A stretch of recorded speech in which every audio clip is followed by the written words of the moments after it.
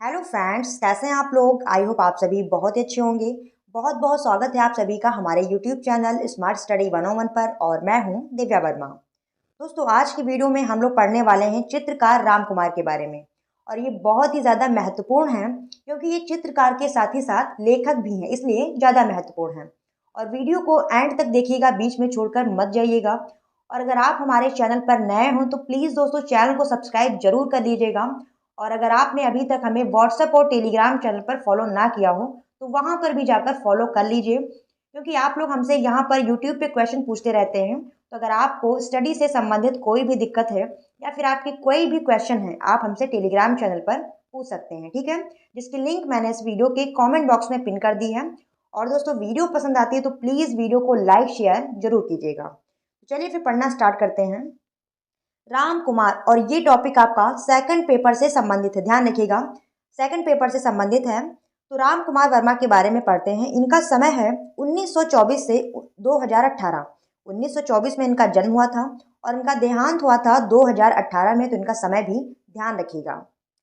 फिर आगे देखते हैं इनका जन्म कहाँ हुआ था। 1924 में शिमला में, कहाँ हुआ था, शिमला में इनका जन्म हुआ था राम कुमार का। शिक्षा इन्होंने कहाँ से ली, तो दिल्ली विश्वविद्यालय से अर्थशास्त्र में इन्होंने एमए किया था। इनकी हिंदी साहित्य में भी रुचि थी। कुछ वर्षों उपरांत इनकी हिंदी की कहानियां भी छपने लगी। तो मैंने आप लोगों को बताया कि ये चित्रकार के साथ ही साथ लेखक भी हैं, तो इस चीज का थोड़ा ध्यान रखिएगा। 1943 ईस्वी में इन्होंने शारदा चरण उकील स्कूल ऑफ आर्ट नई दिल्ली में सैलोज मुखर्जी के सानिध्य में कला का अध्ययन किया। ये शिल्पी चक्र के सदस्य भी रहे हैं, इस पॉइंट को ध्यान रखिएगा। राम कुमार वर्मा दिल्ली शिल्पी चक्र के सदस्य भी रहे हैं। 1950 में ये पेरिस गए, जहां आंद्रेल होते की कार्यशाला में प्रवेश लिया और फिर ये फर्नालेजे के पास गए और कला शिक्षा प्राप्त की। तो ध्यान रखिएगा, आंद्रेल होते और फर्नालेजे से इन्होंने कला की शिक्षा भी प्राप्त की है। फिर नेक्स्ट पॉइंट है, राम कुमार ने वाराणसी के दृश्य चित्रों की श्रृंखला तथा स्केच आधुनिक दृश्य चित्रण की अमूर्त शैली के उत्तम उदाहरण हैं। महत्वपूर्ण पॉइंट है, इन्होंने वाराणसी के दृश्य चित्रों की श्रृंखला तैयार की है, ये आपका महत्वपूर्ण पॉइंट है, ध्यान रखिएगा। फिर 1965 से 67 के मध्य बने स्याही और मोमी रंगों द्वारा बने चित्र बहुत प्रसिद्ध हुए। बाद में इन्होंने एक्रेलिक रंगों से भी बनारस आदि के शहरी दृश्य अंकित किए हैं। तो इन्होंने स्याही और मोम रंगों द्वारा भी चित्र बनाए हैं और बाद में इन्होंने एक्रेलिक रंगों से बनारस के शहरी दृश्यों का अंकन किया है। इन्होंने 10 भारतीय कलाकार नामक प्रदर्शनी अमेरिका में आयोजित की। तो अगर पूछा जाए 10 भारतीय कलाकार नामक प्रदर्शनी किसने आयोजित की, तो राम कुमार वर्मा ने। और कहाँ पर आयोजित की, तो अमेरिका में, ठीक है। फिर आगे देखिए, इनके ऊपर पिकासो, ब्राक व मातिस जैसे कलाकारों का स्पष्ट प्रभाव रहा है। राम कुमार के ऊपर पिकासो, ब्राक और मातिस जैसे कलाकारों का प्रभाव रहा है। इन्हें मनुष्य की सभ्यता का चित्रकार कहा जाता है, ये महत्वपूर्ण पॉइंट है। राम कुमार को मनुष्य की सभ्यता का चित्रकार कहा जाता है। और सबसे महत्वपूर्ण पॉइंट तो ये है, भारत में अमूर्तता की शुरुआत राम कुमार वर्मा ने की थी। और राम कुमार वर्मा अमूर्त घनवादी कलाकार थे, ध्यान रखिएगा। भारत में अमूर्तता की शुरुआत किसने की, तो राम कुमार वर्मा ने।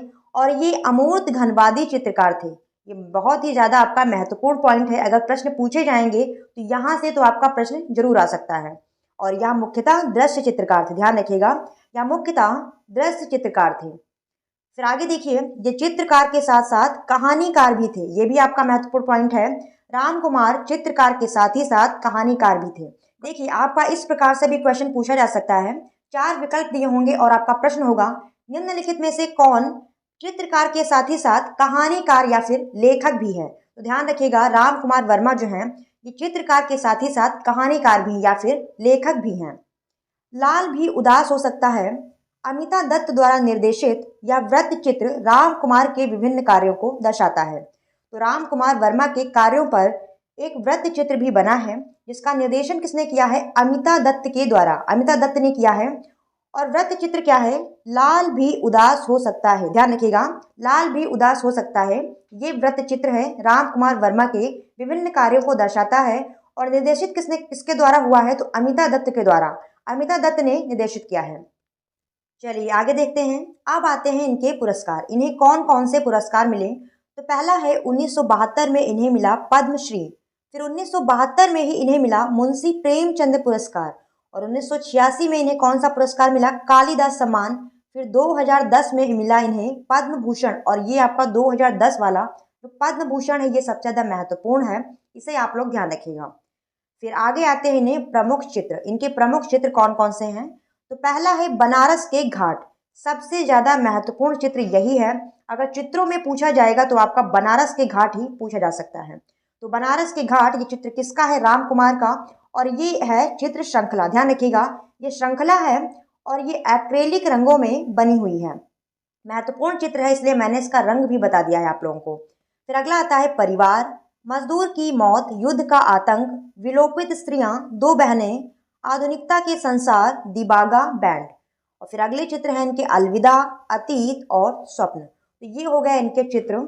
और राम कुमार वर्मा के बारे में जितने भी महत्वपूर्ण पॉइंट थे मैंने सारे आप लोगों को बता दिए हैं। इससे ज़्यादा आपके पेपर में नहीं पूछा जाएगा।